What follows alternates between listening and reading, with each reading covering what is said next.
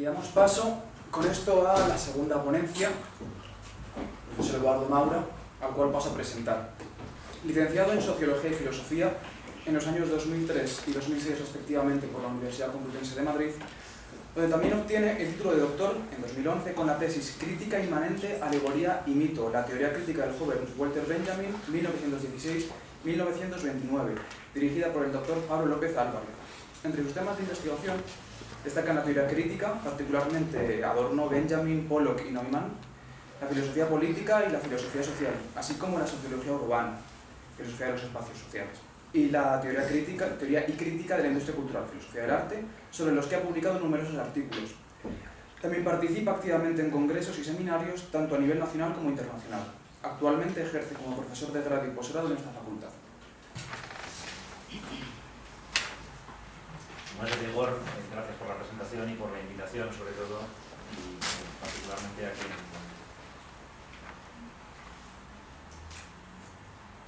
quien más ha tenido que escribirme por diferentes motivos, que es Inés, y a todos los miembros de la asociación por el buen trabajo realizado.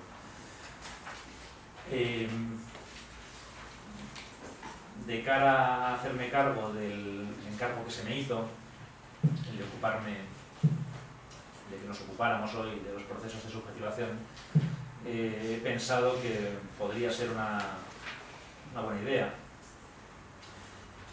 acercarse a algunas fuentes, vamos a decirlo así, relativamente originales de la reflexión sobre los procesos de subjetivación, atendiendo a dos dimensiones que me parecen importantes, como son, por un lado, la dimensión metodológica, en que pueda consistir una reflexión sobre los procesos de subjetivación desde un punto de vista metodológico, así como atendiendo también por igual a la dimensión política de estos procesos de subjetivación o de construcción de la subjetividad, las cuales dimensiones me gustaría que pensáramos hoy como intensamente interrelacionadas y en ningún caso como dimensiones paralelas o impermeables la una a la otra. Analíticamente son y deben ser discernibles la una de la otra. Sin embargo, me gustaría que hoy las pensáramos en su dimensión práctica, esto es, como intensamente vinculadas. Con ello pretendo desplegar alguna clase de argumento que nos haga más conscientes o que nos ayude a pensar los procesos de construcción de la subjetividad y los procesos en general de subjetivación como procesos, no solamente muy importantes, sino probablemente centrales. Y no centrales en general, sino centrales en particular. Y entiendo por particular aquí centrales para la comprensión de la ubicación de la subjetividad del sujeto en condiciones capitalistas y muy particularmente en condiciones capitalistas en crisis. Dado que las jornadas llevan como título procesos de subjetivación en la sociedad capitalista, también me gustaría, o que aquí yo siempre he tenido la intención de reivindicar esa última dimensión. La idea de que los procesos de subjetivación no pueden pensarse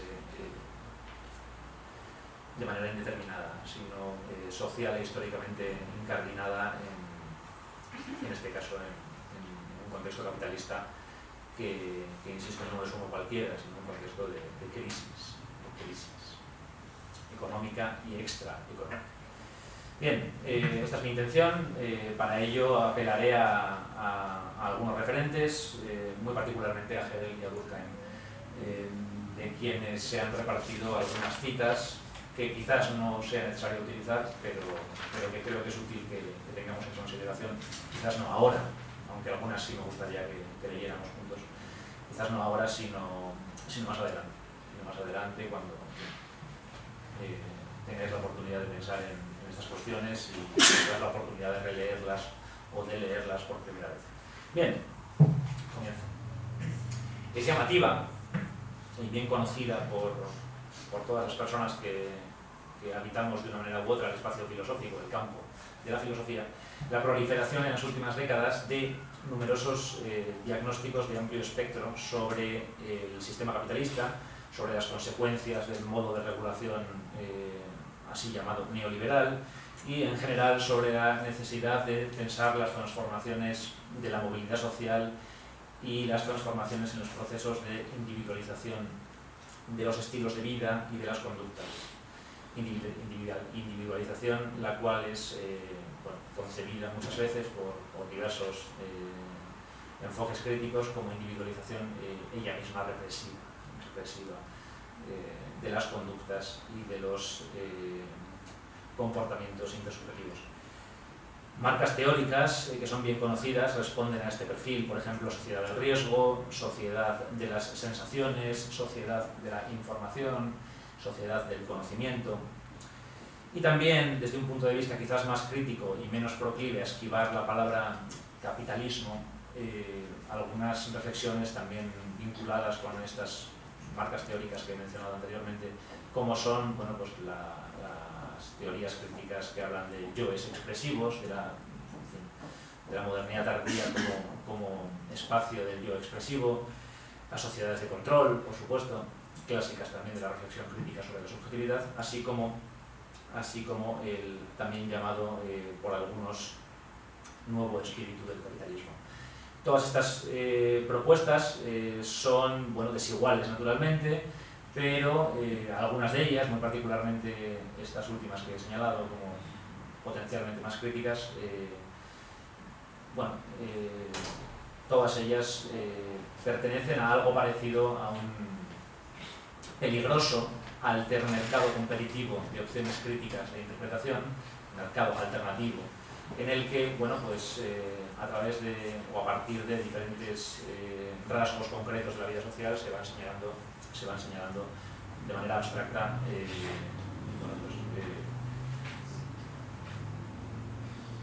condiciones que terminan por considerarse generales y descriptivas y definitorias de toda la sociedad en general, de toda la época en general a la que nos referimos. Lo interesante de este asunto es que, independientemente del rigor explicativo y crítico de muchas de estas propuestas, todas ellas compiten en un espacio demasiado competitivo como para no ofrecer algunas dudas sobre su productividad. Mi intención a lo largo de los próximos minutos es mostrar en qué medida, claro, el hecho de que todas estas propuestas de una manera u otra se aproximen o se acerquen a la problemática de los procesos de subjetivación exige que se delimite alguna clase de campo compartido que nos permita, a su vez, ordenar estas aportaciones en torno a un proyecto no solamente teórico, sino práctico, que sea de verdadero amplio alcance. Esto es, que no consista en la abstracción, en la generalización de un rasgo concreto, sea el riesgo, sea las sensaciones, sea la expresividad, sea lo que fuera, la abstracción de un rasgo concreto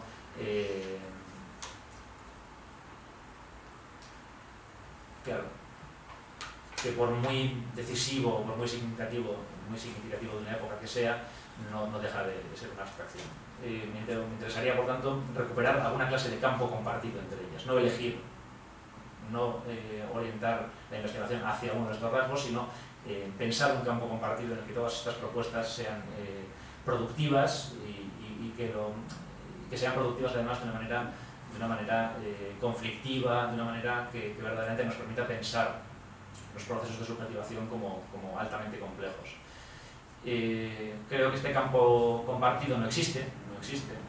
Generalmente se habla de filosofía política, o se habla de cuando muchas de estas posiciones o aportaciones no son estrictamente filosófico-políticas, se habla a veces de teoría social, lo cual es relativamente injusto también, se habla de en general diagnósticos de la modernidad o de críticas de la modernidad, lo cual no deja de ser tampoco una expresión insatisfactoria. Y para precisamente paliar este tipo de insatisfacciones teóricas y prácticas, me gustaría recuperar el sintagma filosofía social, sintagma relativamente olvidado, sintagma que sin embargo me gustaría reivindicar en sus fuentes. Creo que recuperar un sintagma como filosofía social es muy necesario hoy, por un número de motivos relativamente amplio. Me gustaría señalar algunos de índole política. En el contexto actual de la crisis económica, es relativamente habitual, y a mí me produce gran perplejidad teórica y práctica, encontrar de manera general y generalizada ciertas respuestas individuales y colectivas ante fenómenos sociales que llaman la atención. Por ejemplo, me llama la atención profundamente como profesor de filosofía o como lector de filosofía, que tantas veces se hable de la crisis económica y del estado de cosas actual como algo que puede imputarse o atribuirse a ciertos excesos individuales, a ciertas perversiones financieras o morales de individuos concretos, que podrían ser, en tanto que perversiones, en tanto que desviaciones, reconducidas, lo cual a su vez podría devolvernos a la senda, digamos, de una sociedad bien ordenada, de una prosperidad y de un crecimiento que, no serían sino lo normal, mientras que, pues lo que nos está ocurriendo sería la desviación del curso normal de los acontecimientos. También ocurre esto a menudo en los medios de comunicación, en las conversaciones cotidianas, las cuales coquetean con la idea de que se trata de señalar culpables individuales de la crisis. Pienso en tesoreros corruptos, en políticos en particular, en políticos en general, personas en general, individuos con nombres y apellidos. Este tipo de aproximación a la crisis económica me parece que es altamente sintomático de una cierta necesidad filosófica, de una cierta necesidad interpretativa que creo el sintagma filosofía social podría ayudar a paliar o podría ayudar a corregir. Como ejemplo vinculante para mi exposición y para que sirva, digamos, como terreno político, y no pienso en el adjetivo político como algo filosófico, sino más bien desde el punto de vista de la observación de conductas políticas corrientes, valga como ejemplo vinculante, decía, algo que ha sido recientemente pronunciado por una exministra socialista, quien, refiriéndose a la proliferación de suicidios por motivos de subsistencia económica y social, ha dicho que, de manera muy elemental, quien se haya endeudado, que pague. Nadie le obligó a contratar una hipoteca, quien se haya endeudado, que pague.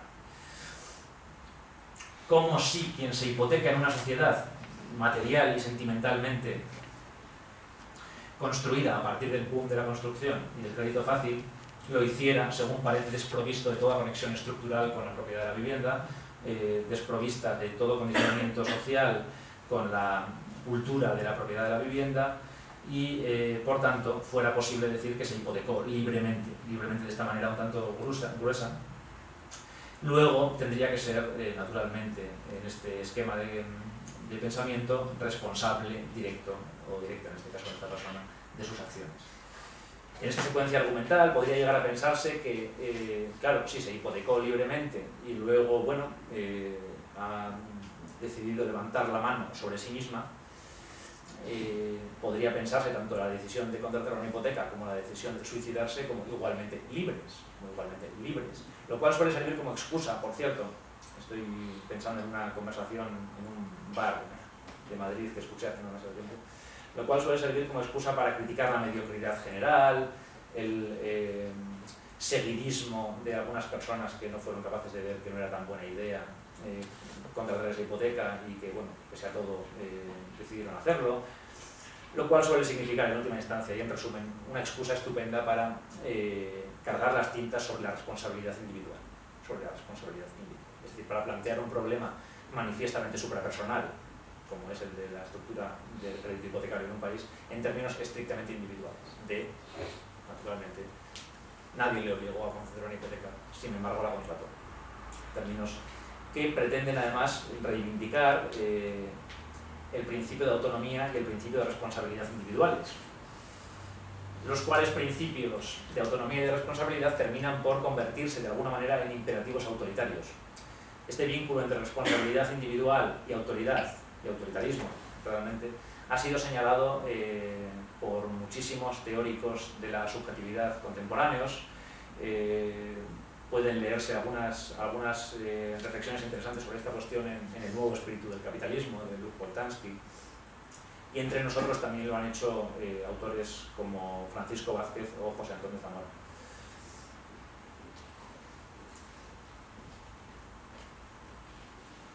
La exhortación tradicional de la filosofía de conocerse a uno mismo, que llevaba aparejado desde luego el conocimiento de las propias limitaciones y del repertorio de acciones posibles al que uno podía aspirar, se convierte, con todo este tipo de debates contemporáneos, en una exhortación completamente distinta y que podríamos resumir como sé consciente de tus propios riesgos. La cual exhortación además se lleva a cabo de manera realmente agresiva, contra viento y marea, contra, por ejemplo, la doctrina oficial de los gobiernos, la industria cultural de la vivienda y del ocio, contra familiares, vecinos, teleoperadores de banco, amantes, compañeros de trabajo, etc. ¿Qué quiero decir con todo esto? Con esta transición del conócete a ti mismo, ser responsable de tus propias acciones, a la transición hacia, el cambio hacia el ser consciente de tus propios riesgos.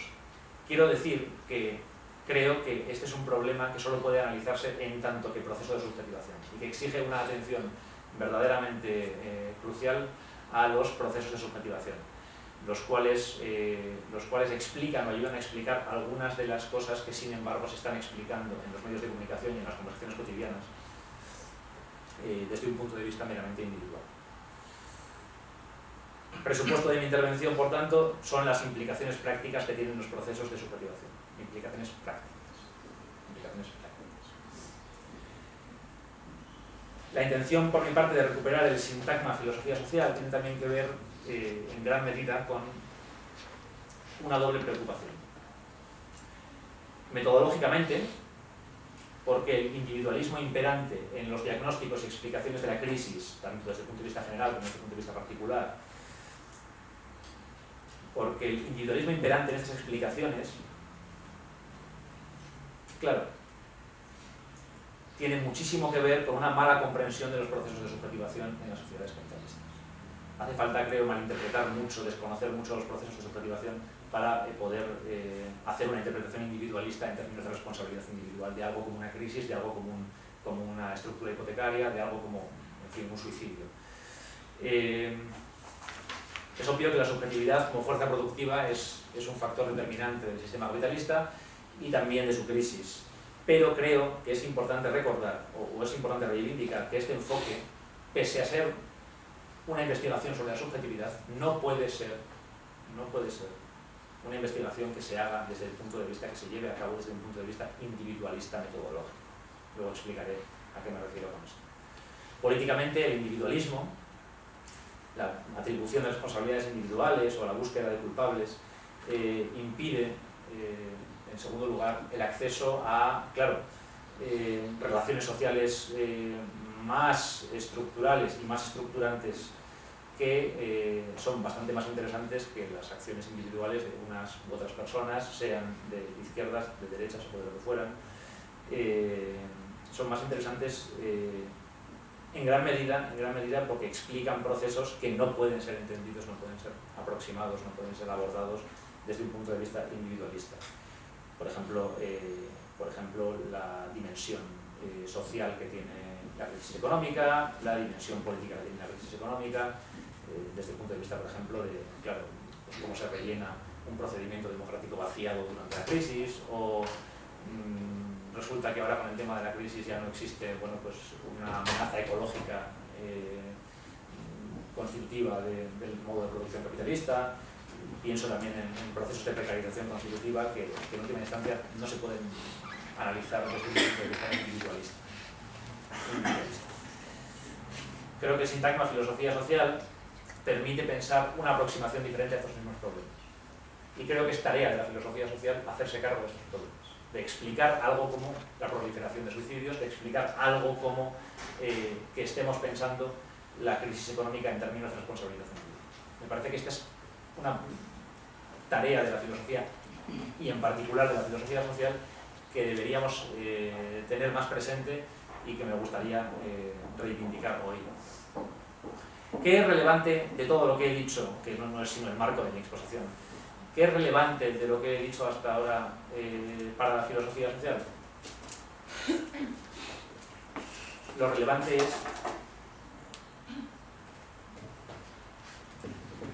Muy amable. No, simplemente, perdón. Se le acabó la vida. Lo relevante es que problemas y contradicciones objetivamente suprapersonales sean, tales como por ejemplo el desempleo, la precariedad o la proliferación de suicidios, sean redefinidas, problemas y contradicciones redefinidas como el fracaso personal o colectivo de individuos o de empresas particulares, como un problema subjetivo de los excluidos, como ha dicho reciente, bueno, como ha dicho el grupo Crisis, en general como un problema subjetivo. Esta transposición de un problema objetivamente suprapersonal hacia una cuestión subjetiva me parece que es verdaderamente sintomática de un problema que no es político. No se trata de que uno tenga una posición o tenga otra. No se trata tampoco de que alguien tenga más o menos capacidad de observación desde el punto de vista del análisis de la crisis. Se trata de un problema metodológico, en mi opinión, que tiene, por supuesto, un origen político y que tiene además consecuencias políticas. Este problema es el individualismo metodológico, al que me refería antes. El individualismo metodológico. Se entiende tradicionalmente por individualismo metodológico toda aproximación en realidad a fenómenos sociales que trate de pensarlos tanto estructuralmente como desde el punto de vista de la interacción social a partir de las cualidades específicas o propiedades de los individuos, bien sean las creencias, bien sean las metas, la condición moral, la tendencia natural hacia el egoísmo o hacia el altruismo, etc.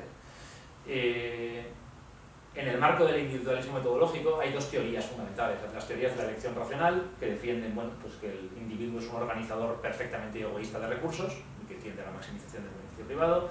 Y luego está también la teoría austriaca, de origen austriaco, que apunta de una manera más laxa, quizás más general, pero también más matizada, hacia la idea de que lo que los individuos hacen no es tanto gestionar egoístamente los recursos como sustituir situaciones de menor placer por situaciones de mayor satisfacción. Aunque el individualismo metodológico se ha entendido tradicionalmente de esta manera, lo que me interesa a mí no es tanto analizar posiciones filosóficas o tradiciones de lectura del problema del individualismo, ni siquiera me interesa hacer una historia de la metodología social o de las ideas sociales, sino más bien pensar un tipo mixto que ha venido emergiendo en los últimos tiempos, en los últimos 40 años, en el occidente europeo y norteamericano fundamentalmente, tipo mixto que se presenta no tanto como teoría filosófica, sino cuanto como nuevo sentido común o neosentido común. Este tipo mixto, este neosentido común de la sociedad civil, tiene tendencia a presentar los marcos sociales desregulados como una oportunidad, como un espacio, por ejemplo, de autoconstrucción y de gestión creativa, como escenario de selección social competitiva en términos de igualdad, es decir, desde el punto de vista de la igualdad de oportunidades, de optimización de uno mismo o de nosotros mismos, de tal manera que la adaptación a las condiciones productivas y a las condiciones del mercado laboral se presenta como ejercicio de libertad individual. Es relativamente habitual escuchar en conversaciones cotidianas la idea de que la crisis es una oportunidad. Pienso en este tipo de neosentido común. Claro, cuando uno piensa en este tipo de sentido común, es obvio que categorías que provienen de estos diagnósticos que he dicho antes, de largo alcance, como neoliberalismo, como especulación, como riesgo, como sensaciones, como expresividad, etc., no funcionan. No funcionan porque no explican, porque su límite explicativo es demasiado bajo.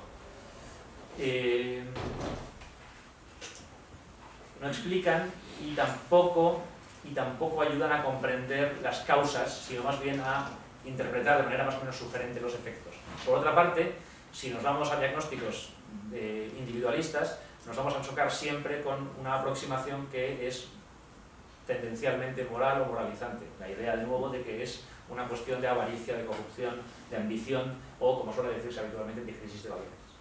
Y me refiero con esto a los teóricos de las crisis de valores, que presentan la idea de la crisis económica actual como intensamente vinculada con alguna clase de crisis de valores. Claro,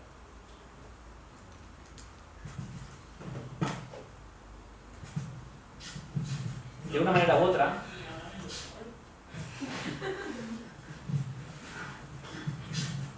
una manera u otra. Nos enfrentamos aquí a posiciones que son o bien individualistas metodológicas desde el punto de vista moral, o bien individualistas metodológicas desde un punto de vista psicosocial, desde la elección racional, o nos enfrentamos, en tercer lugar, con intentos de explicación que pertenecen a esto que llamaba hace un momento y al principio de mi intervención, diagnósticos de amplio alcance. ¿Qué aporta la filosofía social o en qué puede consistir la filosofía social que sea más fructífero que estos tres enfoques?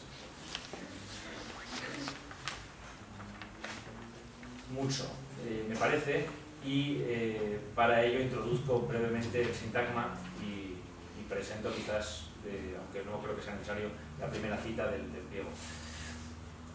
La filosofía social es una tradición de pensamiento internamente contradictoria, que no posee una regularidad ni aparente ni esencial, y que tiene como principales representantes a filósofos que entre sí pues no se llevarían particularmente bien, tales como Montesquieu, por ejemplo, el propio Hegel, Durkheim, Marx, Max Weber, Theodor Adorno, por ejemplo, Walter Benjamin, y muchos otros, hasta llegar, por ejemplo, a Judith Butler, que sería una buena representante actual de lo que entiendo por filosofía social.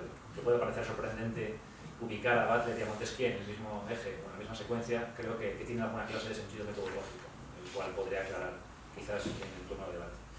De hecho, mi intención para esta intervención, cuando la preparé, era hacer el recorrido entero de Montesquieu a Butler, pero enseguida vi que no iba a ser posible. Bien, ¿de qué se ocupa esta tradición de la filosofía social?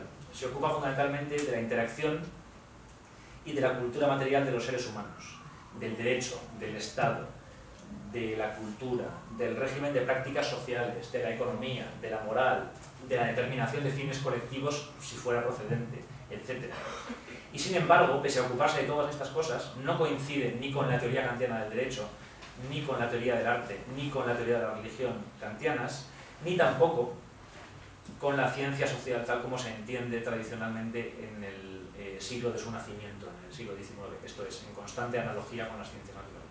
No coincide ni con las teorías kantianas del derecho y la religión, que tienen ellas mismas una dimensión social, las antropologías, por ejemplo, de Kant tienen una fuerte dimensión social, pero no son filosofía social, y tampoco coincide con la ciencia social que conocemos por sus representantes más severos a lo largo del siglo XIX. La filosofía social es presentada en 1931 en un texto importante titulado La situación de la filosofía social y las tareas de un instituto de investigación social, el texto de Horkheimer, concretamente su conferencia inaugural en Francia. Es presentada como vinculada muy particularmente con el idealismo alemán, con el marco más específicamente del pensamiento hegeliano. ¿Qué es lo que define, según Horkheimer, a la filosofía social? Y estamos en 1931. Que no es ni una teoría social, ni una teoría del hombre en sociedad, porque no aborda ni sus objetos, ni sus objetivos desde el punto de vista del individuo, sino que más bien se pregunta hegelianamente por, la adquisición por parte del sujeto de una forma objetiva. Le interesa más bien la adquisición por parte del sujeto de una forma objetiva. Y a ese respecto tenéis una cita que creo que podría ser interesante que leyéramos, no hoy, pero sí desde luego en otro momento aquí por separado. Horkheimer quiere vincular la emergencia o la necesidad de la filosofía social con la filosofía de Hegel por muchos motivos. En primer lugar, que la filosofía de Hegel sea una filosofía que piensa el yo que somos nosotros y el nosotros que soy yo, y el nosotros que soy yo. También por el hecho de que la filosofía práctica de Hegel sea inseparable de una ciencia y de una reflexión sobre la sociedad civil, lo cual daría, desde un punto de vista metodológico, que tendrá consecuencias políticas y filosóficas, una pista, lo cual ofrece una pista que a Horkheimer, y por extensión a mí hoy, nos parece importante. El hecho de que esclarecer las capacidades humanas y los productos de esas capacidades, las hechuras del sujeto y las hechuras de sus acciones posibles, no es algo que pueda hacerse a partir de una investigación de la subjetividad o de la formación de la personalidad. Esto es, que las capacidades individuales exigen una aproximación que metodológicamente no es individualista.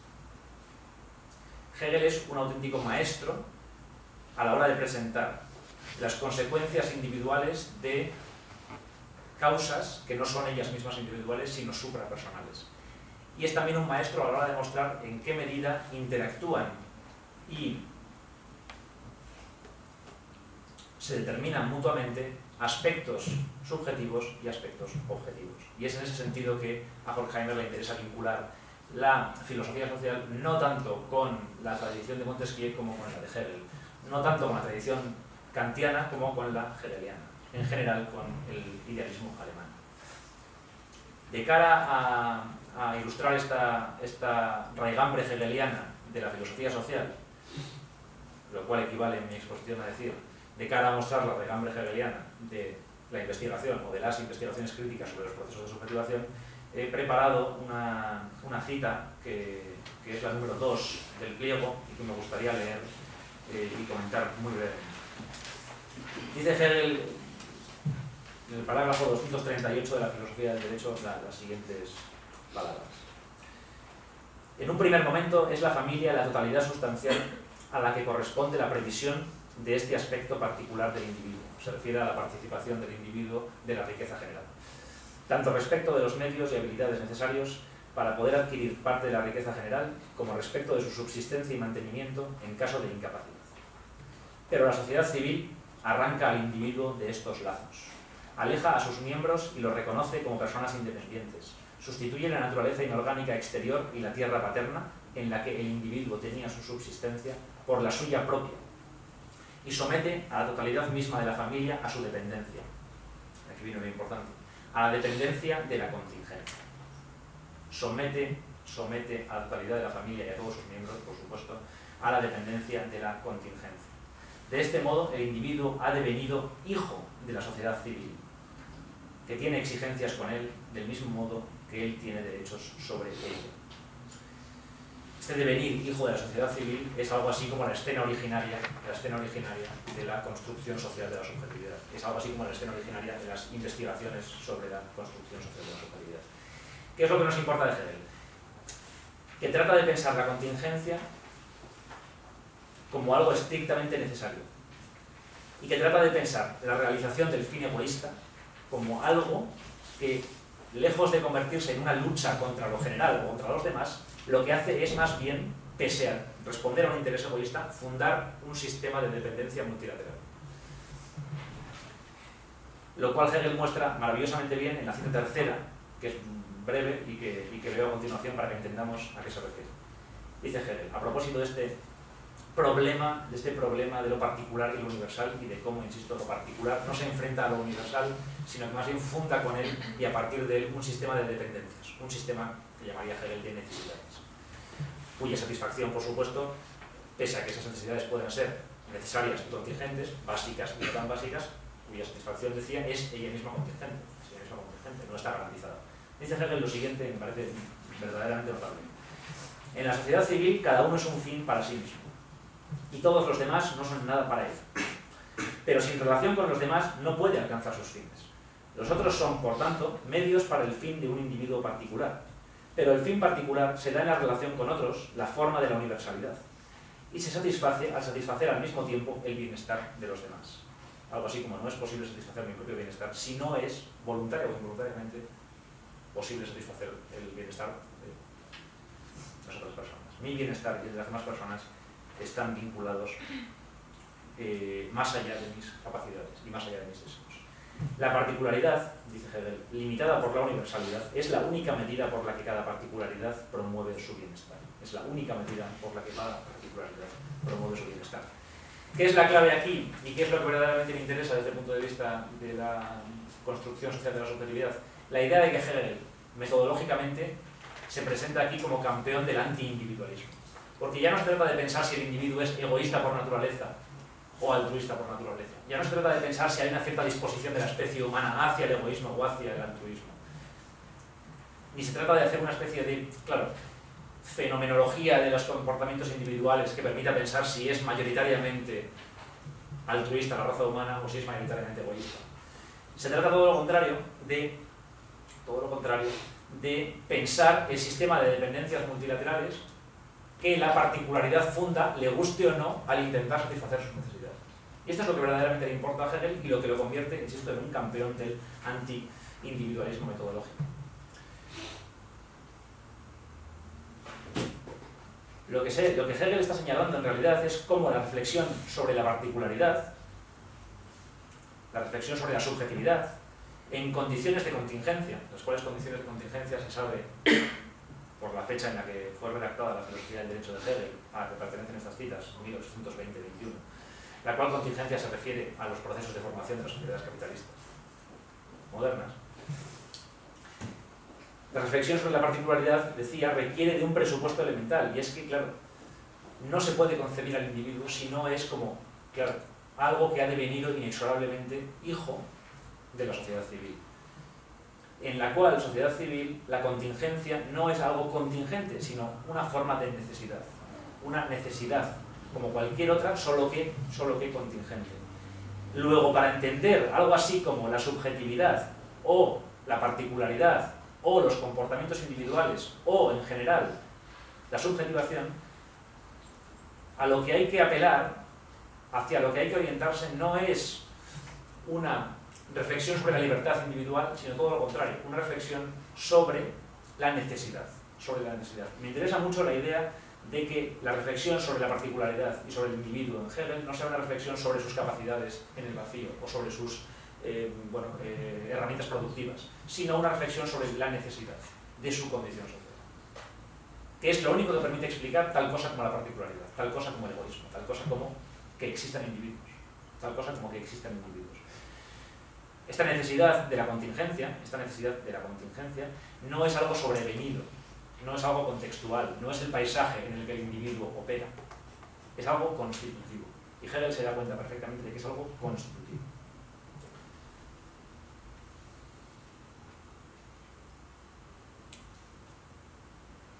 La filosofía de Hegel a este respecto es un pensamiento sobre la necesidad que se hace en nombre de la libertad. Y lo que me parece verdaderamente relevante de Hegel para una jornada sobre procesos de subjetivación es recordar que cuando hablamos de procesos de subjetivación, cuando hablamos de construcción social de la subjetividad, cuando hablamos de procesos de individualización represiva, cuando hablamos de procesos de diferenciación de los estilos de vida, nos estamos refiriendo, desde un punto de vista filosófico, a algo que no ha dejado de ser en ningún momento una reflexión sobre la relación entre libertad y necesidad, tal como se da en los individuos, socialmente constituidos. Cómo se relacionan libertad y autoridad, cómo se relacionan represión y diferenciación, individualización y represión de ciertas conductas, a pesar de que los términos parecieran contradictorios. Precisamente son todas ellas reflexiones que apelan a la relación entre libertad y necesidad. Hegel es el primero en haber visto y en haber expresado claramente esto. Y por eso Horkheimer puede decir en 1931 que es de alguna manera el fundador de la filosofía social. Él y no Montesquieu, por ejemplo. En efecto, la filosofía social no piensa al hombre como sometido a fuerzas necesarias ajenas a él. Es decir, que no se mete en ese fango terrible tan propio de los filósofos y de las facultades de filosofía, que es el fango en el cual se enfrentan el individuo y la sociedad, la libertad y la necesidad, la agencia humana y las estructuras impersonales que dominan esa agencia humana. Lo que hace la filosofía social, quizás porque ha aprendido la lección hegeliana, es pensar la libertad y la necesidad como intrínsecamente vinculadas y como productivas, no como términos polémicos, no como referentes de una polémica. Igual que no piensa las estructuras impersonales y la agencia humana, las capacidades humanas, como algo polémico, sino como algo interrelacionado y estrictamente productivo de qué? Obviamente de subjetividad. Cuando se piensa al individuo y a la sociedad como enfrentados, y se piensa, por ejemplo, en las típicas expresiones criptoadolescentes más o menos anarquizantes, del tipo la sociedad me oprime, claro, ese tipo de reflexiones que son muy intuitivas son ellas mismas reflexiones individualistas, porque, claro, omiten el hecho decisivo de que si no existiera tal cosa como esa sociedad que te oprime, ni siquiera podrías hablar de individuo, de individuos, de individualidad, ni siquiera podrías decir yo. O sea, si no existiera algo así como un contexto social productivo y no solamente represivo, Ni siquiera podríamos decir tal cosa como yo. La sociedad me oprime. Lo que oprime en todo caso será, cabría decirle a esta persona, la opresión social, no la sociedad. No la sociedad. Y esto me interesa que se tenga en consideración. En esta trampa de presentar el individuo y la sociedad como referentes polémicos y no como entrecruzamiento productivo, han caído, por ejemplo, muchísimos representantes de la filosofía del siglo XX. En algunos momentos ha sido Heidegger, Freud, a veces incurren en esto, por ejemplo, en Maestra de la Cultura, en algunos momentos, etc. La filosofía social, sin embargo, no incurre en esta paradoja y no incurre en esta contradicción, me parece.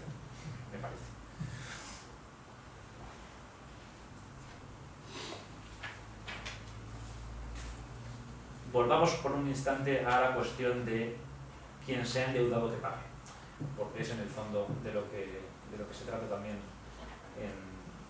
en la intervención.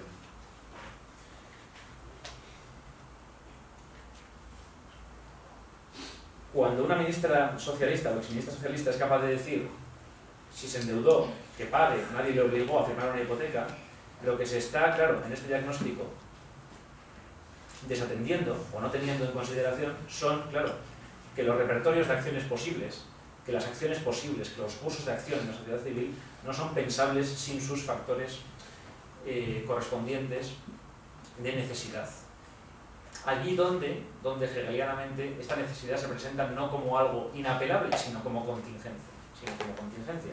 Y está teniendo tampoco está teniendo en consideración el hecho de que uno esté influido o esté bajo el influjo de ciertas dinámicas suprapersonales, de ciertas fuerzas que no puede controlar, que están y no están en él, no significa que uno no sea responsable de sus acciones. Están de alguna manera prefigurando ese conflicto entre individuo y sociedad que mencionaba antes como falaz y que consiste en decir algo así como quien dice ahora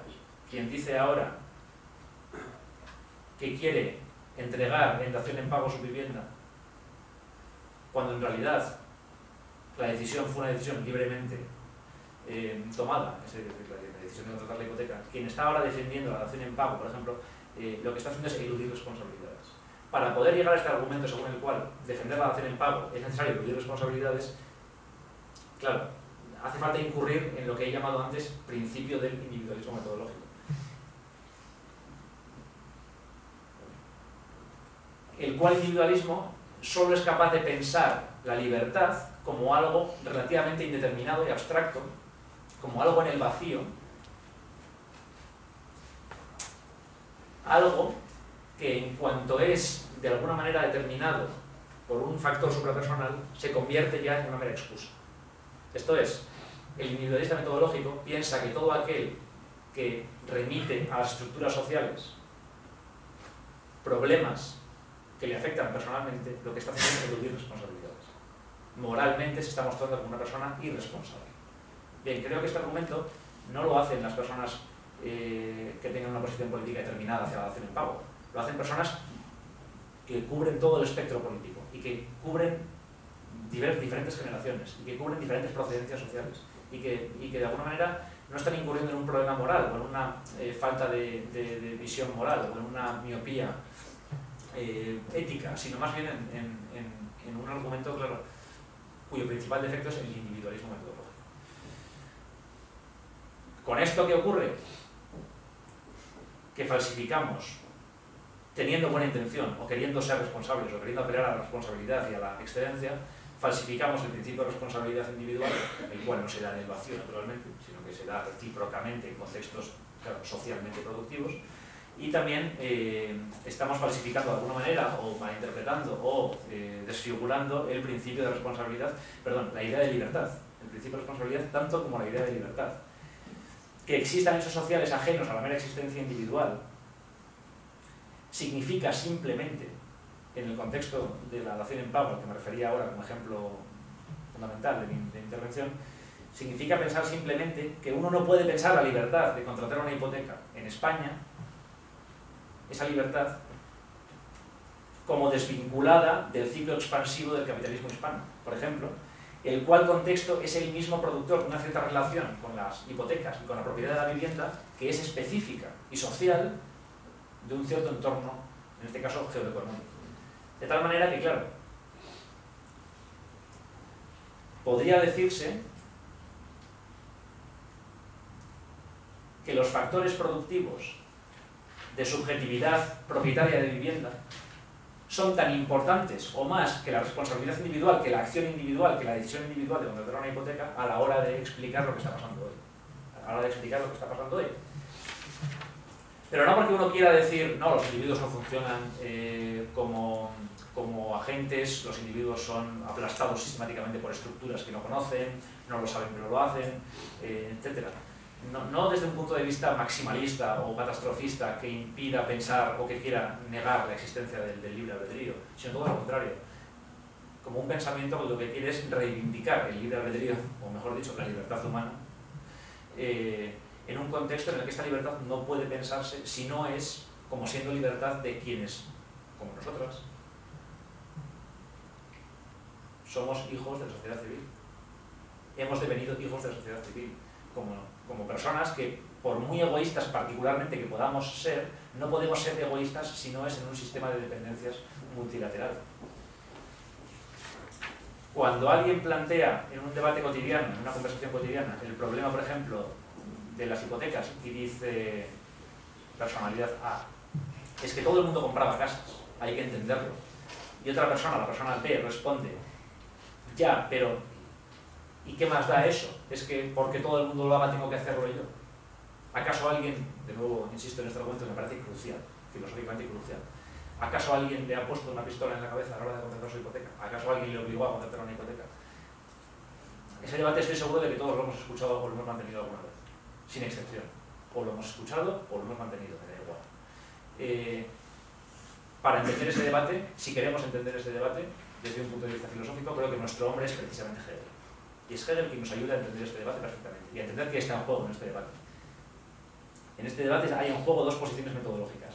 Una que rechaza el individualismo metodológico, la primera, y que defiende implícitamente que las estructuras sociales, psíquicas, sentimentales, políticas, producen subjetividad social. Es decir, que no son contextos, que no contextualizan la acción individual, sino que la producen, sino que la determinan, sino que permiten hablar de acción individual y concretamente permiten hablar de acción individual libre.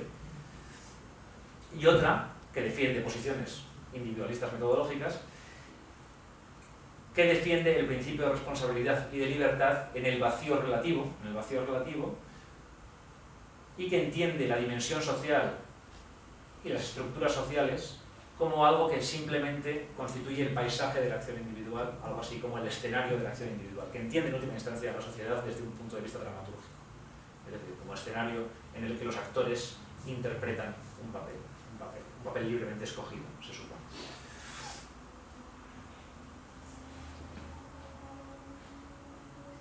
Creo que sin una adecuada comprensión de los procesos de subjetivación, todo el debate actual, puede parecer un tanto snob esto, todo el debate actual sobre la cuestión de la dación en pago retroactiva y sobre la cuestión de las hipotecas, sobre la cuestión de la responsabilidad individual en la crisis económica, sin una adecuada comprensión de los procesos de subjetivación, este debate está destinado a ser un fracaso, que es lo que está siendo hasta ahora.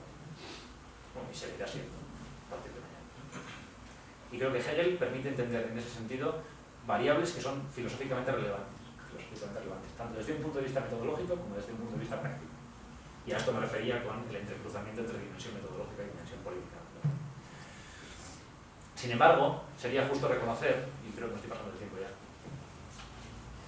sería justo reconocer que Hegel ha planteado el problema, pero no ha sido capaz de resolverlo. Hegel nos da la pista metodológica y nos da la pista práctica, pero no nos deja resolver el problema. Para resolver el problema habría que apelar, me parece, a posiciones ulteriores, no hegelianas, pero sí compatibles con eso que he llamado marco general de la filosofía social. De quien me gustaría ocuparme muy brevemente ya, pero bueno,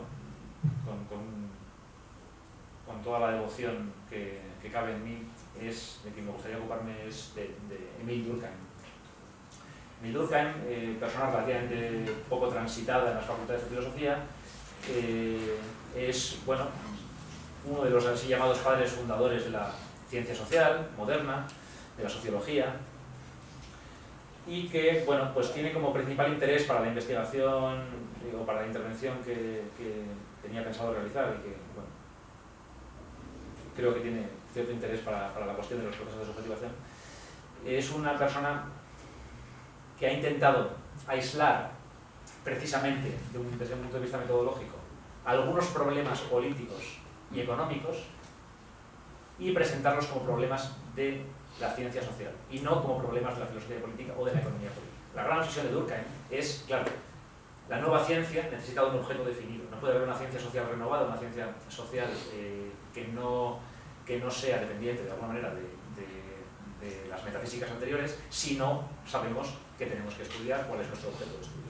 Ese objeto de estudio, claro, puede ser, por ejemplo, el amor, o puede ser el interés individual, o puede ser el suicidio, o puede ser la amistad, o puede ser bueno, pues el espíritu cooperativo. Claro, todas estas cosas pertenecen al ámbito de la economía política clásica y pertenecen al ámbito también de la filosofía política.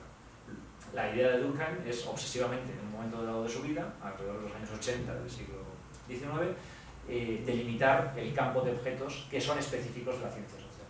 Y su idea finalmente será escoger aquellos aspectos que permiten entender el amor, la inclinación abstracta al desinterés, o el egoísmo, o la amistad, o la familia, o el matrimonio, en términos de productos de la historia. Es decir, en términos de hechos que no son fundantes, sino resultado de procesos históricos, y que sin embargo constituyen la materia de la moral. Es decir, va a intentar pensar la moral como resultado de procesos históricos, y no como parte de alguna clase de condición humana o de condición natural. Entonces, el amor, o la inclinación hacia el desinterés, o hacia el interés, o hacia lo que fuera, o hacia la familia, no serán ya para Durkheim origen de la moral, origen de la política u origen de la economía, sino más bien resultado de procesos históricos. Entonces, esto me parece importante. Con esto Durkheim está señalando algo que nos importa mucho para entender los procesos de subjetivación, que es la idea de que el hombre no es una causa, sino un efecto. El sujeto es resultado siempre de procesos. En el sentido bien preciso de que sus acciones son siempre contingentes y nunca necesarias. El punto de vista de Durkheim no es el del actor, el del hombre que actúa, sino el del ser social que influye, tanto como es influido por las regularidades propias del comportamiento intersubjetivo y que, claro, en última instancia,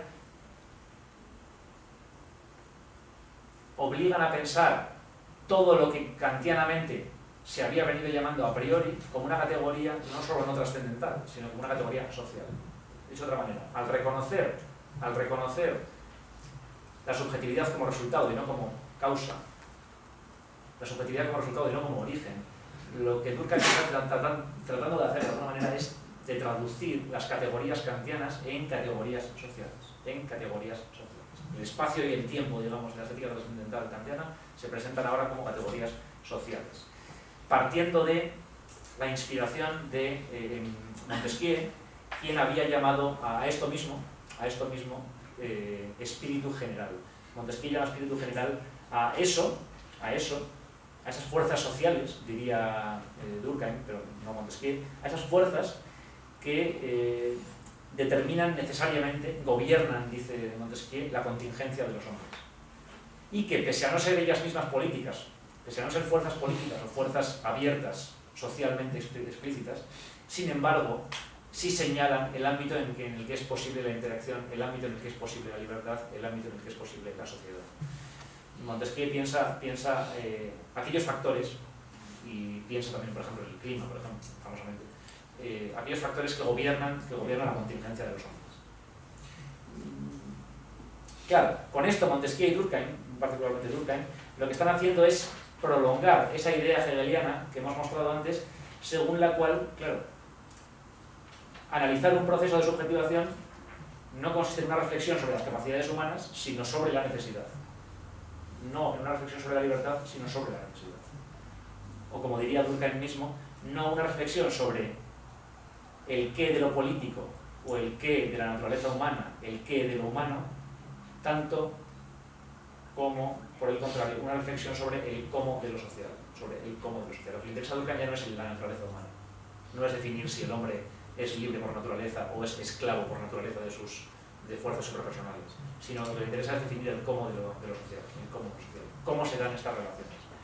Desde la base, por supuesto, de que no puede haber ciencia social si no hay sociedades, y allí donde solo hay individuos no puede haber sociedades, que es el presupuesto básico de cualquier sociólogo del siglo XIX y de cualquier sociólogo del siglo XX. Esto es, que donde hay solamente individuos, donde no hay nada más que individuos y agregados de individuos, no puede haber sociedades. Si no hay sociedades, no puede haber ciencias sociales. Claro, esto se presenta de manera muy notable en El suicidio de Durkheim, en una obra de 1897 que debería ser hoy de lectura obligatoria, titulada El suicidio, donde se trata de mostrar algo que estadísticamente es nítido y que, sin embargo, desde el punto de vista de la filosofía o desde el punto de vista del sentido común, no es nada nítido, como es el hecho de que, aunque tradicionalmente se interpreta el suicidio en términos individuales, psicológicos, sentimentales, patológicos, morales, etc., sin embargo, es estadístico el número de personas o el número de suicidios en los que la situación personal de la víctima sea la causa eficiente de su resolución, es decir, que la situación personal sea la clave, la causa eficiente de la decisión de cometer suicidio, estadísticamente el número de suicidios donde esto ocurre es ínfimo. Es ínfimo. El suicidio no es una cuestión individual, plantea Durkheim en el libro de 1897, sino que, cita el número 5 y penúltima del pliego, cada grupo social siente una inclinación colectiva al suicidio que le es propia y de la que proceden las inclinaciones individuales. Lo que la constituye son esas corrientes de egoísmo, altruismo y anomia que recorren la sociedad analizada y cuyas consecuencias son la tendencia a la melancolía lánguida, la renuncia colectiva y el cansancio exasperado. Me interesa mucho recuperar esta tríada: melancolía lánguida, renuncia colectiva y cansancio exasperado, que por cierto enlaza muy bien con la experiencia de Rilke. Los sucesos privados, obviamente el libro de Durkheim y el de Rilke tienen más de un vínculo. Los sucesos privados, dice Durkheim, considerados tradicionalmente las causas próximas del suicidio, no ejercen más efecto que el que permiten las disposiciones morales de la víctima, eco del estado moral de la sociedad.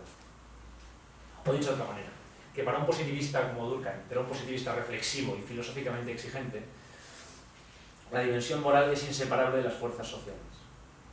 Y que por tanto las fuerzas sociales pueden ser analizadas como cosas, diría él, como cosas, pero no como cosas cualesquiera, sino como cosas que se perciben desde un punto de vista que se suele llamar en teoría social de cenestesia social.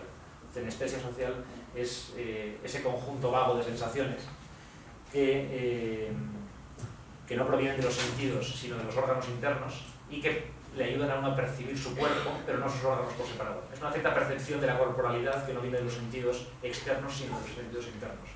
Y eso es lo que verdaderamente Durkheim está pensando cuando escribe El suicidio.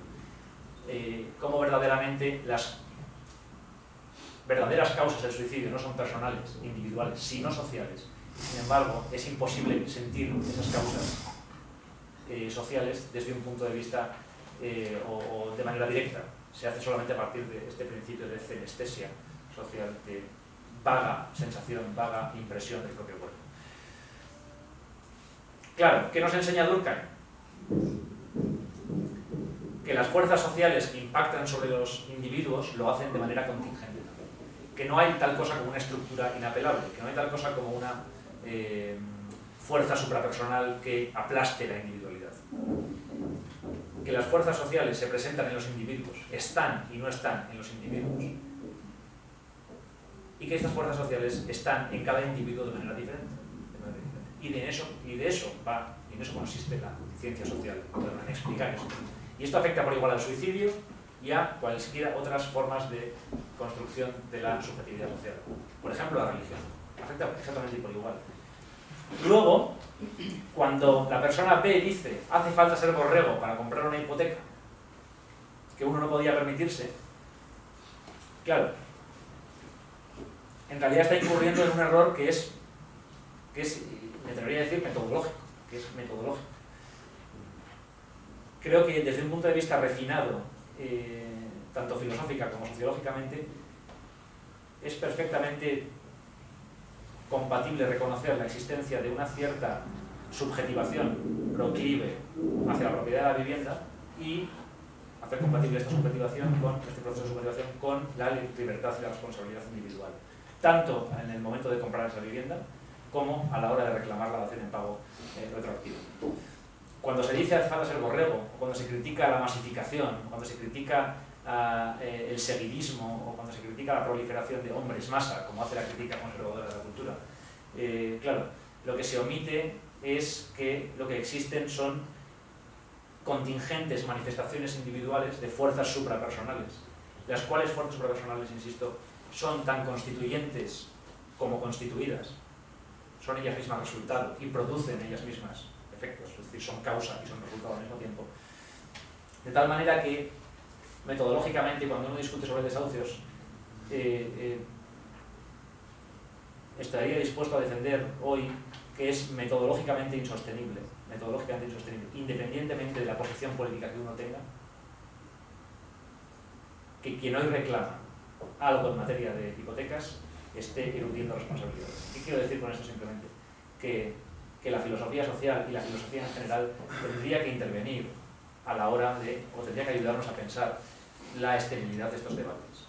Y sin embargo, tendría que ayudarnos a pensar también cómo estos debates están íntimamente vinculados con nuestros procesos de subjetivación. Que hace falta un intensísimo proceso de subjetivación, el cual no puede llevar como adjetivo, sino muchos, pero entre ellos el adjetivo capitalista postliberal, proceso de subjetivación que es el mismo individualista en lo metodológico, y que nos impide pensar, claro, en la relación entre libertad y necesidad de manera tan matizada como lo hace Hegel, o la relación entre individuo y sociedad de manera tan matizada como lo hace Durkheim, o la relación entre estructura y agencia humana de manera tan matizada como lo hace Weber, por ejemplo. El individualismo metodológico no sería peligroso, o sería simplemente disputable o asunto de querella filosófica si no tuviera terribles consecuencias políticas. Y a esto voy. Hay una dimensión normativa de lo que estoy diciendo, y es que creo que el individualismo metodológico no es políticamente neutral, tiene consecuencias terribles. Y esta es una posición obviamente normativa por mi parte.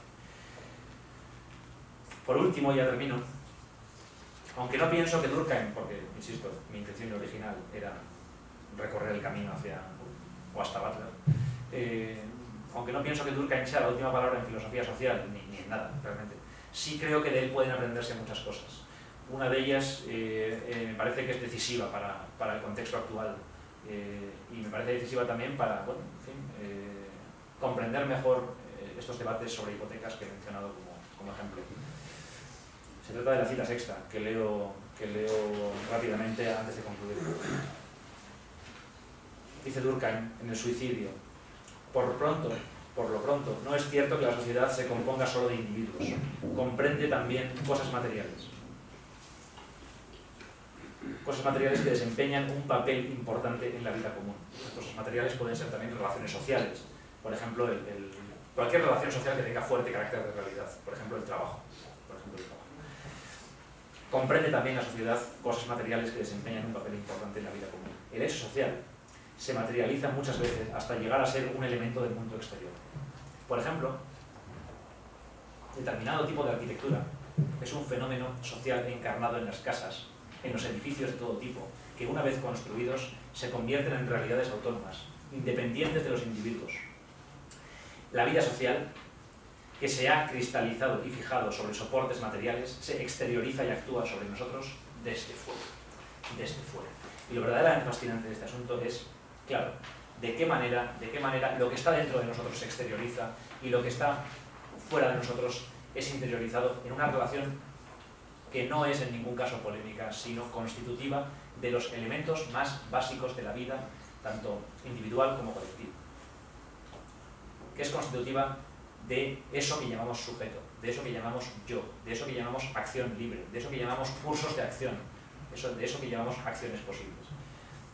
Creo que con esta cita de Durkheim estamos en condiciones de afrontar, ya por último, una cuestión que es importante, y es, claro, que la filosofía ha tenido demasiada tendencia a pensar la sociedad, la dimensión social, como algo que era contextual, como algo que lo que hacía era aportar un plus, aportar alguna clase de matiz a consideraciones más profundas, que eran lo verdaderamente decisivo, lo verdaderamente problemático, lo que realmente se trataba de esclarecer. Con Durkheim, con Hegel también, puede aprenderse que la filosofía ha estado mucho tiempo equivocada en esa materia. Me conformaré, dado que no puedo entrar en esta cuestión de manera más intensa hoy, me conformaré con señalar que este hecho que Durkheim menciona, de que la vida social se exteriorice y actúe sobre nosotros, desde fuera, es un enunciado que simplemente reproduce en el nivel sociológico esa idea hegeliana tan importante, según la cual lo esencial debe aparecer. Lo esencial debe aparecer. Es decir, la idea de que no habría nada de esencial en una esencia que no se diera a sí misma el imperativo de aparecer. Dicho de otra manera, como es habitual en algunas clases de estética, en mis clases de estética, reconocer que la apariencia es tan esencial como la esencia misma. Es algo que en el fondo Durkheim está traduciendo en los siguientes términos. Las leyes sociales no serían fundamentales, no sería posible hablar de esencia social, ni sería posible hablar de alguna clase de estructura profunda de los procesos de subjetivación, si estas leyes sociales, si estas estructuras profundas no se dieran, no aparecieran también en los fenómenos.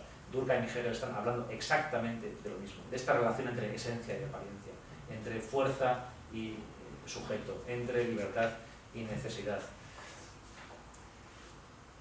Creo que si la construcción social de la subjetividad es un campo de batalla filosófico importante, es precisamente por esto, porque apela a problemas que claro, tienen consecuencias filosóficas enormes y consecuencias políticas no menos relevantes. La filosofía social estudia estos procesos de manera detallada, siguiendo siempre un consejo de Adorno, el cual yo procuro también tener a bien, según el cual no hay que dejarse entontecer ni por el poder de las estructuras, ni por la propia impotencia. Y lo hace desde un punto de vista que no es malamente abstracto, es decir, que la filosofía social no se ocupa de mostrar de manera más o menos particular y contingente, detallada o precisa, las manifestaciones sociales, tal como se hacen las cosas y en las personas, sino que, muy lejos de esa mala abstracción, o de esa tendencia hacia decir como enunciado principal que todo es sociedad, lo cual es una banalidad, igual que decir que todo es político es una banalidad, o tal, al menos así dicho. Lo que hace es prestar atención, atender al intercruzamiento entre lo económico y lo extraeconómico, entre lo social y lo moral, entre lo cultural, lo afectivo y lo educativo, entre, en definitiva, lo normativo y lo institucional. Es en dichas intersecciones, me parece, donde se halla lo más crucial de los procesos de subjetivación. Donde verdaderamente hay que pensar los procesos de subjetivación es en esos entrecruzamientos y en esas intersecciones entre todos esos factores. Lo cual me conduce a pensar que la filosofía social tiene la desventaja, desde el punto de vista de otras disciplinas, de que, llevada hasta el final, no puede consistir en un proyecto de investigación individual, sino que solo puede pensarse como proyecto colectivo de investigación. Y es así como, al menos yo, lo pienso. Termino. Se ha dicho, desde diferentes lugares y en diferentes épocas, que los hechos sociales y las sociedades no existen. Mientras la filosofía social se rearma, y a mí me gustaría que fuera así, de verdad, que hubiese un cierto renacimiento de los estudios filosóficos sociales, por el momento, la filosofía social puede responder a esta apelación o a esta negación de los hechos sociales o de las sociedades con la idea de que los hechos sociales pueden no existir, o puede parecer que no existen hasta que duelen. Y bueno, pues para muchos de nosotros, y para mí en particular, este dolor que los hechos sociales producen lleva ya demasiado tiempo siendo insoportable. Entonces, creo que en ese sentido, tanto desde un punto de vista metodológico como desde un punto de vista político, como desde un punto de vista más general, de índole normativa, la filosofía social podría ser un buen marco para seguir pensando en los procesos de subjetivación, lo cual me gustaría que discutiéramos, porque ciertamente requiere de más matizaciones y de más precisiones que bueno, en la medida de mis posibilidades estaré encantado de hacer en la segunda parte. Lamento también el haberme demorado tanto y gracias.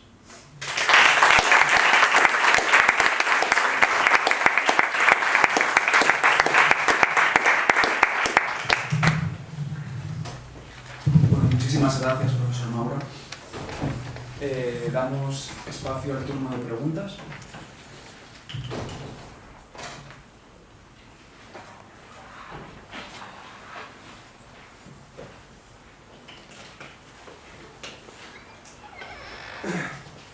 Bueno,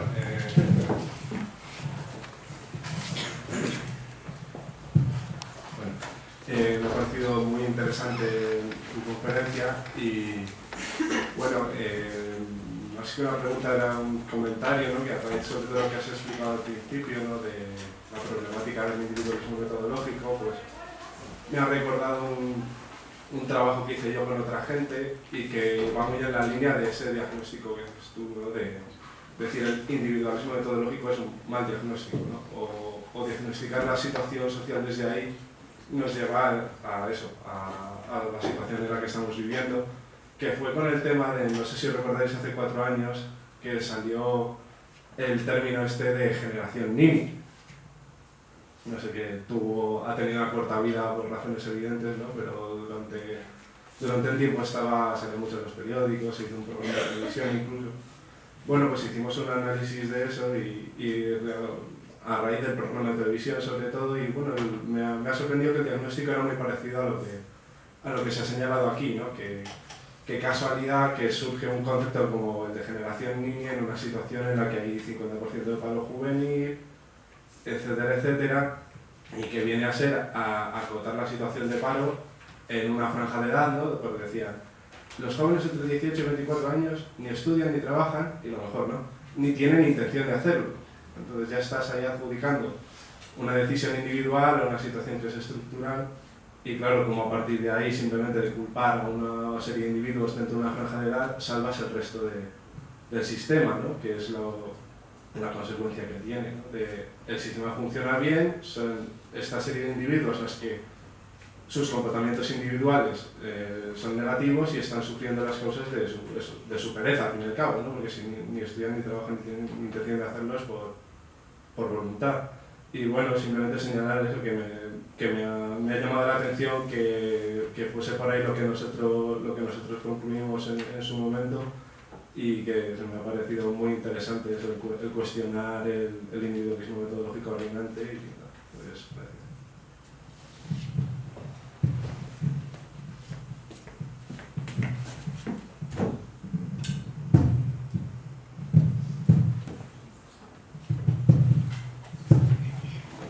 Sí, es otro buen ejemplo. Y me interesaba también señalar algo que quizás no haya hecho con toda la claridad que deseaba inicialmente, como es que esto es políticamente transversal, que puede encontrarse a ambos lados y a lo largo de todo el espectro político, que realmente constituye un defecto que yo he llamado aquí metodológico, por no abundar tanto en el uso de la palabra estructura, pero que tiene que ver con una cierta estructuración de la relación sujeto-objeto, dicho en términos filosóficos, y que tiene que ver con una cierta también tendencia a aproximarse claro, moralmente a los fenómenos sociales. Al contrario que Durkheim, quien de alguna manera indicaba que la moral era resultado de procesos históricos, la tendencia del individualismo metodológico es a mostrar cómo los procesos históricos son resultado de determinadas tendencias morales, en este caso la tendencia hacia la apatía, la tendencia a ser apáticos, la tendencia a no solamente no querer ni estudiar ni trabajar, sino a estar relativamente cómodos o cómodas en esa situación. Luego sí, vamos, me parece un buen ejemplo. Si he escogido el de las hipotecas es sencillamente porque me parece que es relativamente más candente y porque me parece que es el más logrado de los argumentos individualistas metodológicos contemporáneos. El que defiende que esta cuestión de la estructura hipotecaria en el Estado español tiene que ver con personas que libremente tomaron decisiones erróneas, lo cual es insostenible no para un sociólogo y menos aún para Durkheim, sino para cualquier persona con un mínimo de imaginación sociológica. Solo sea porque no es difícil atar cabos. No puede ser que tantas personas hagan lo mismo independientemente de unas de las otras. Incluso en el nivel más elemental de los niveles de observación, el individualismo metodológico fracasa. Y sin embargo es una potencia, es de una condición tan irresistible que verdaderamente para disputarla, pues solo he tenido que invocar nada menos que a Hegel, quien por otra parte es un disolvente maravilloso de eso, del interés metodológico y de muchas más cosas que habría que disolver. Entonces, bueno, sí, vamos, me alegra que coincidamos simplemente en señalar esa cuestión, que en el fondo es lo que me interesaba. La construcción social de la subjetividad va por ahí también. O creo que es un debate que es paralelo al de la construcción social de la subjetividad. Sí. No sé si... ¿Qué pensadores, no, es muy corto, qué pensadores actuales podríamos para la cámara contemplar en esa filosofía social? ¿Qué pensadores actuales formarían parte de esta corriente de filosofía social? Actuales. Sí. Pregunta.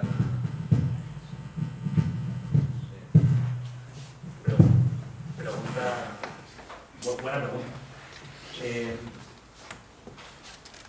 Yo no tengo muy claro, honestamente, si esta cuestión de la filosofía social, yo he invocado un poco el referente de Horkheimer por aquello del título de su conferencia inaugural en Frankfurt. Ciertamente, Horkheimer concebía el proyecto de la filosofía social como un proyecto colectivo vinculado con el Instituto de Investigación Social de Frankfurt y con una tendencia de pensamiento que en realidad va mucho más allá de Frankfurt o del exilio del instituto.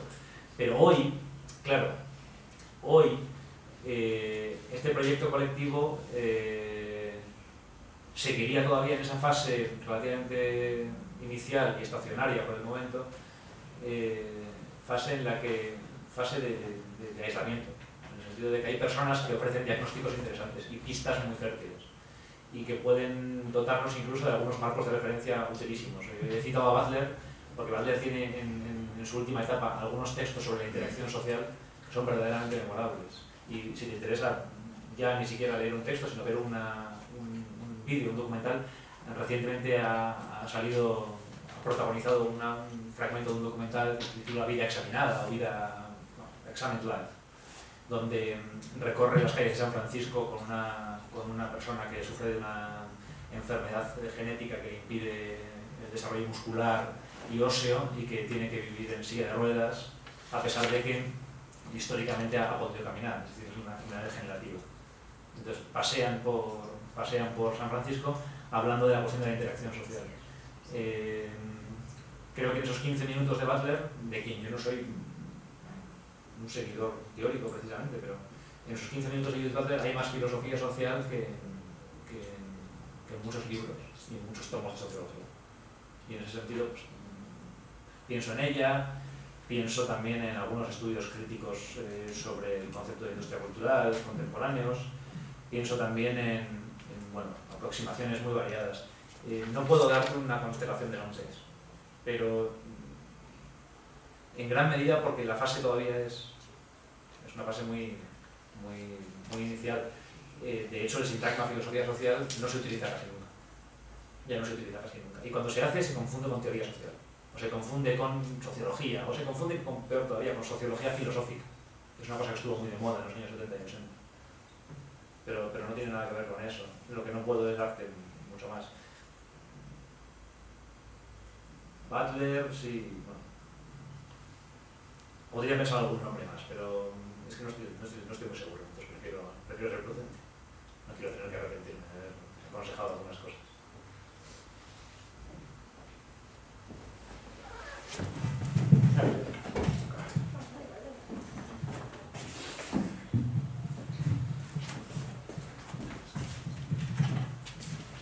Bueno, yo estaba pensando respecto al tema de la recuperación de la filosofía social y ahora con la pregunta además sobre Axel Honneth, que es un representante bastante claro de la recuperación de Hegel en este sentido y demás. Y bueno, también me parece muy interesante y estoy de acuerdo en la necesidad de recuperar la filosofía social, pero aparte de eso,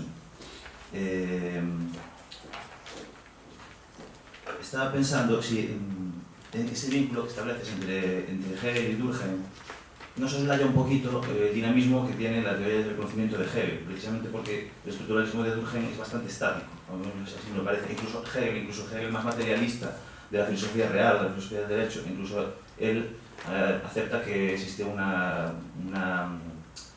sucesión escalonada de teorías del conocimiento, que es una especie de motor social, ya mucho antes de su filosofía de la historia metafísica, sino una teoría de la sociedad, simplemente. Y era eso.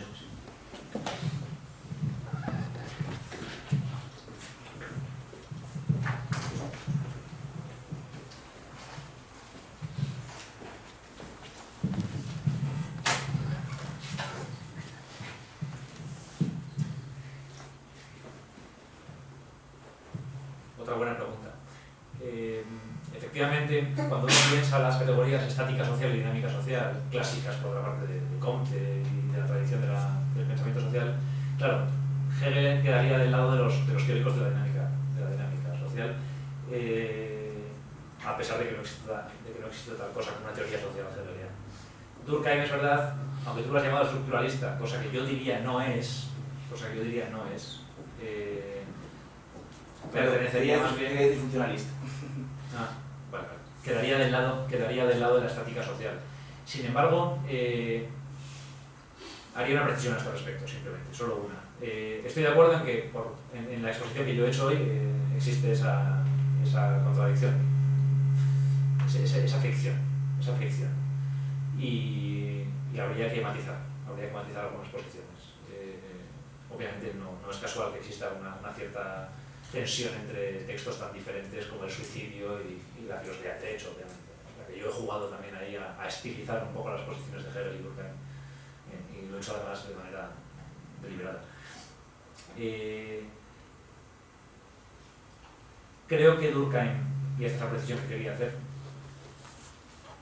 si es aprovechable realmente para el pensamiento contemporáneo, y creo que lo es, y de verdad creo que lo es,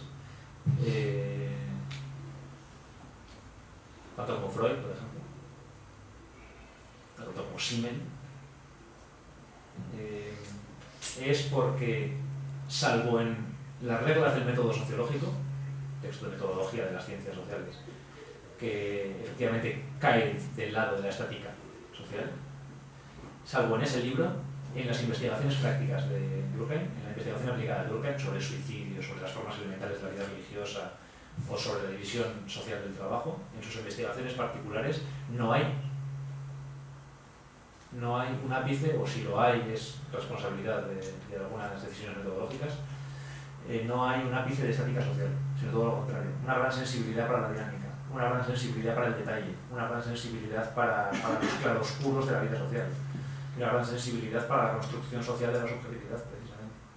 La cual sensibilidad, por ejemplo, tiene que ver con la sensibilidad durkheimiana, proverbial sensibilidad hacia la cuestión educativa, por ejemplo. Durkheim era un gran conocedor de la educación y de los sistemas educativos franceses en particular. Y ahí hay una atención y una clase de detallismo. Un poco perturbador esto.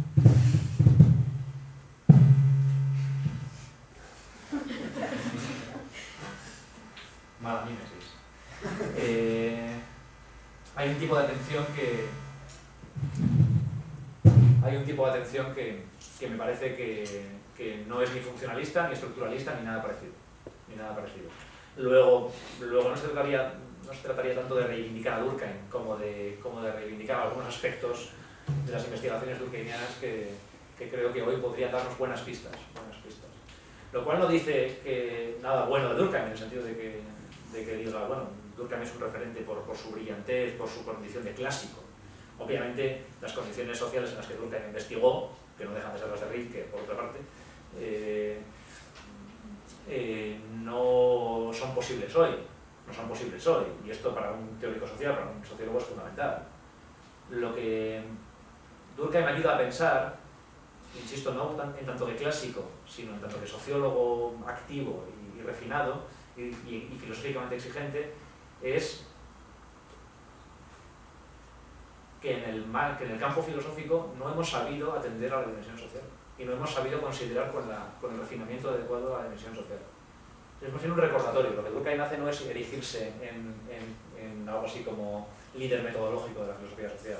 Como tampoco Hegel es algo así como el líder espiritual y especulativo de la filosofía social, o un referente ineludible con el que no se pueda sino dialogar, pero al que no se pueda atacar. Por supuesto que sí. Dedicarse a la filosofía social no significa ser hegeliano y durkheimiano, y menos aún wagneriano. Son simplemente aspectos que ellos han resaltado y que hoy nos sirven como recordatorio de todo lo que hemos hecho mal a lo largo del siglo XX. A lo largo del siglo XX. Es un siglo en el que la dimensión social, salvo en contadas excepciones, y Adorno es una de ellas, por ejemplo, por la dimensión de la observación directa de hechos sociales, en filosofía no ha gozado de la centralidad que yo creo que merece. Luego Durkheim como recordatorio de los errores cometidos, me atrevería a decir, y no tanto como icono o como fundador, parece.